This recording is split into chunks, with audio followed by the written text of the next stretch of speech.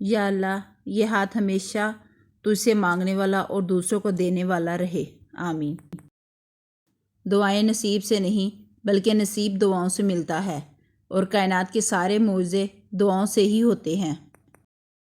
زندگی کو ایک امانت کی طرح گزارو، ایک نہ ایک دن یہ اپنے مالک کو واپس کرنی ہے۔ کسی نیکی کو معمولی نہ سمجھیں، شاید وہی آپ کی مغفرت کا وسیلہ بن جائے۔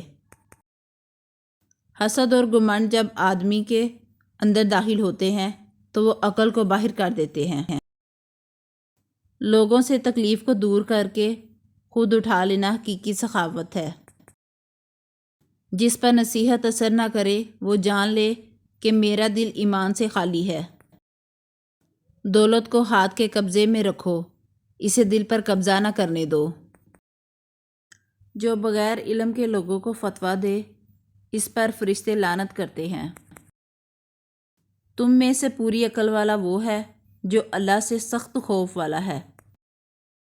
میں نے جنت میں دیکھا کثرت سے وہ لوگ ہیں جو دنیا میں فقیر تھے۔ موت کو بہت یاد کرو، اس سے دل نرم ہو جاتا ہے۔ جنت میں ایسے لوگ داخل ہوں گے جن کے دل چڑیوں کی طرح نرم ہوں گے۔ زیادہ مال جمع کرنے والے لوگ اللہ کی نظر میں حقیر ہیں، مگر کثرت سے صدقہ کرنے والے اللہ کی نظر میں محبوب ہیں۔ اللہ تعالیٰ صدقے کی وجہ سے 70 بیماریوں کو دور فرماتا ہے۔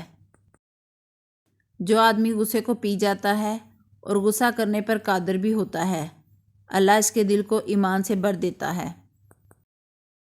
رسول اللہ صلی اللہ علیہ وسلم سے پوچھا گیا، سب سے افضل انسان کون ہے؟ آپ صلی اللہ علیہ وسلم نے فرمایا، ہر وہ شخص جو دل کا صاف اور زبان کا سچا ہو۔ فرمان مصطفیٰ ہے، بندہ اس وقت تک کامل مومن نہیں ہو سکتا جب تک کہ مذاق میں بھی جھوٹ بولنا اور جھگڑنا نہ چھوڑ دے، اگرچہ سچا ہو۔ جب اللہ تعالیٰ کسی بندے سے محبت فرماتے ہیں تو اسے نرم مزاج بنا دیتے ہیں۔ جو شخص اللہ پر اور قیامت کے دن پر ایمان رکھتا ہے، اسے چاہیے کہ اچھی بات کہے اور خاموش رہے۔